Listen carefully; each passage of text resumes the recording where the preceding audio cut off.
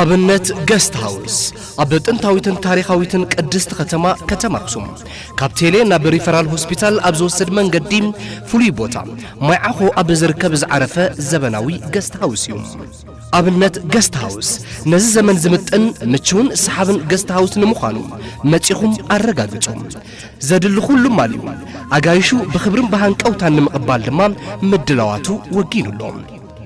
ኣብነት ገስት ሃውስ ኣብ ኣብነት ገስት ሃውስ ዘበናዊ መደቀሲ ክፍልታት ሲንግል ዳብልን ኢሉውን ምስድራኹም እትዓርፍሉ መዕረፊ ፋሚሊ ንኣኼባ ንስልጠና ይኹን ንኻልኦት ምድላዋት ዘገልግል ዘበናዊ ኣዳራሽ ኣብ ኣብነት ገስት ሃውስ ክረኽቡ ይኽእሉ።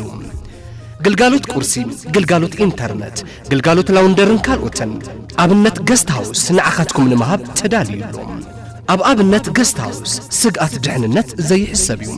ንድሕንነትኩምን ምቾትኩምን ክበሃል ግልጋሎት ካሜራ ስለዝተገጥመን በዝመዳይ ኣይትሰከፉ።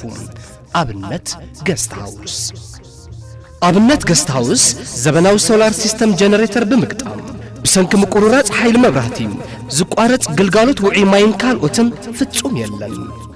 ካብዚ ብተወሳኺ ንበጻሕቲ ታሪኻውን ሃይማኖታውን ቦታታት ኣኽሱም ዝኾንኩም ምስ መድርግቲ ኣካላትና ብምትሕብባር እኹል ሓበሬታን ግልጋሎት ትራንስፖርትን ክትረኽቡ ብምግባር ዑደትኩም ምቁር ክኸውን ተዳሊና ኣለና። መጹ ብግልጋሎትና ክትዓግቡ ኢኹም። ኣብነት ገስት ሃውስ ብድሓን መጹ።